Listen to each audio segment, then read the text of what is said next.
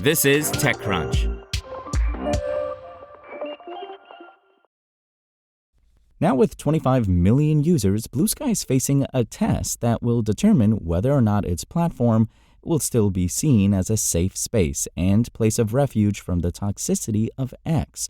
In recent days, a large number of users on Bluesky have been urging the company to ban one newcomer for his opinions and works shared both on and off the platform.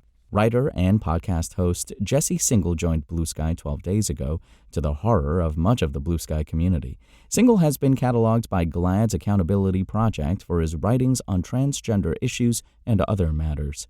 The GLAAD project catalogs anti-LGBTQ rhetoric and discriminatory actions of politicians, commentators, organization heads, religious leaders, and legal figures who have used their platform's influence and power to spread misinformation and harm LGBTQ people. He is now the most blocked user on the social network, and user outrage over his participation on the platform is growing.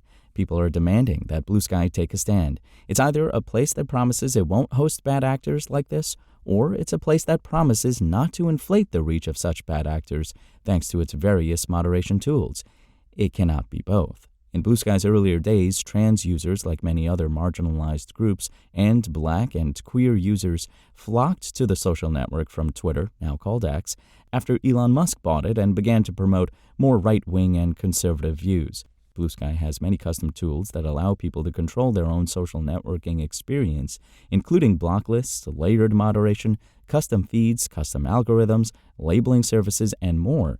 This allows users to do things like block groups of users they may not want to interact with, like MAGA supporters, for instance, who can be found on a dedicated block list. Many in the community who escaped Twitter now feel their Bluesky experience is at risk because of Singal's joining. As a high-profile user, he brings a network of followers with him, which could lead to increased harassment, they say. Users can point to a wide number of Singal's writings and opinions as points of reference for his bad reputation, but for Bluesky to ban him, he would have to have violated its terms of service and guidelines specifically. Some Bluesky users say he has done so. He has already engaged in targeted harassment on the platform, has a long history of harassing trans folks, they say, and has shared private medical information without patients' consent, a charge Singal disputes. A new Change.org petition is circulating arguing Bluesky should simply ban Singal. As of the time of writing, the petition asking Bluesky to enforce its guidelines already has over 18,000 signatures, including one from singer Lizzo.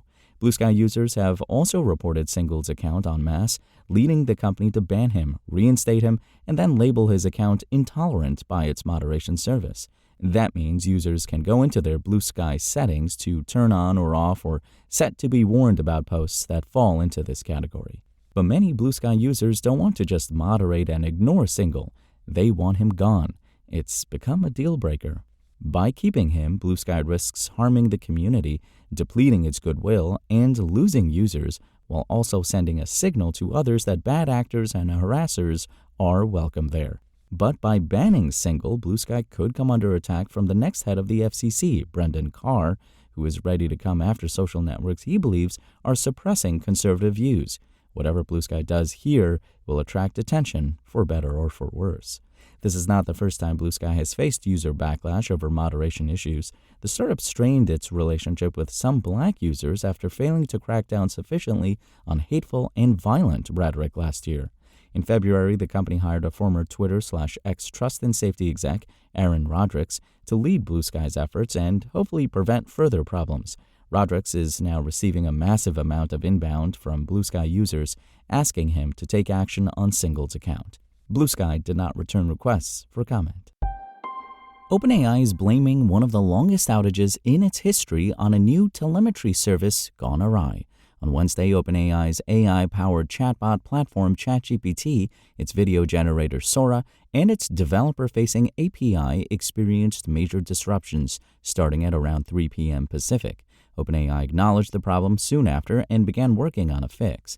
But it'd take the company roughly 3 hours to restore all services. In a postmortem published late Thursday, OpenAI wrote that the outage wasn't caused by a security incident or recent product launch, but by a telemetry service it deployed Wednesday to collect Kubernetes metrics. Kubernetes is an open-source program that helps manage containers or packages of apps and related files that are used to run software in isolated environments. Telemetry services have a very wide footprint, so this new service's configuration unintentionally caused resource-intensive Kubernetes API operations, OpenAI wrote in the postmortem. Our Kubernetes API servers became overwhelmed, taking down the Kubernetes control plane in most of our large Kubernetes clusters. That's a lot of jargon, but basically, the new telemetry service affected OpenAI's Kubernetes operations, including a resource that many of the company's services rely on for DNS resolution. DNS resolution converts IP addresses to domain names. It's the reason you're able to type google.com instead of 142.250.191.78. OpenAI's use of DNS caching, which holds info about previously looked up domain names, like website addresses, and their corresponding IP addresses, complicated matters by delaying visibility, OpenAI wrote, and allowing the rollout of the telemetry service to continue before the full scope of the problem was understood. OpenAI says that it was able to detect the issue a few minutes before consumers ultimately started seeing an impact, but that it wasn't able to quickly implement a fix because it had to work around the overwhelmed Kubernetes servers.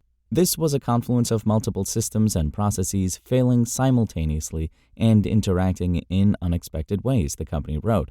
Our tests didn't catch the impact the change was having on the Kubernetes control plane, and remediation was very slow because of the locked-out effect. OpenAI says that it'll adopt several measures to prevent similar incidents from occurring in the future, including improvements to phased rollouts with better monitoring for infrastructure changes and new mechanisms to ensure OpenAI engineers can access the company's Kubernetes API servers in any circumstances. We apologize for the impact that this incident caused to all of our customers, from ChatGPT users to developers to businesses who rely on OpenAI products, OpenAI wrote. We've fallen short of our own expectations. TechCrunch has an AI-focused newsletter. Sign up via a link embedded in the text version of this article to get it in your inbox every Wednesday. That's all for now. For more stories like this one, visit TechCrunch.com.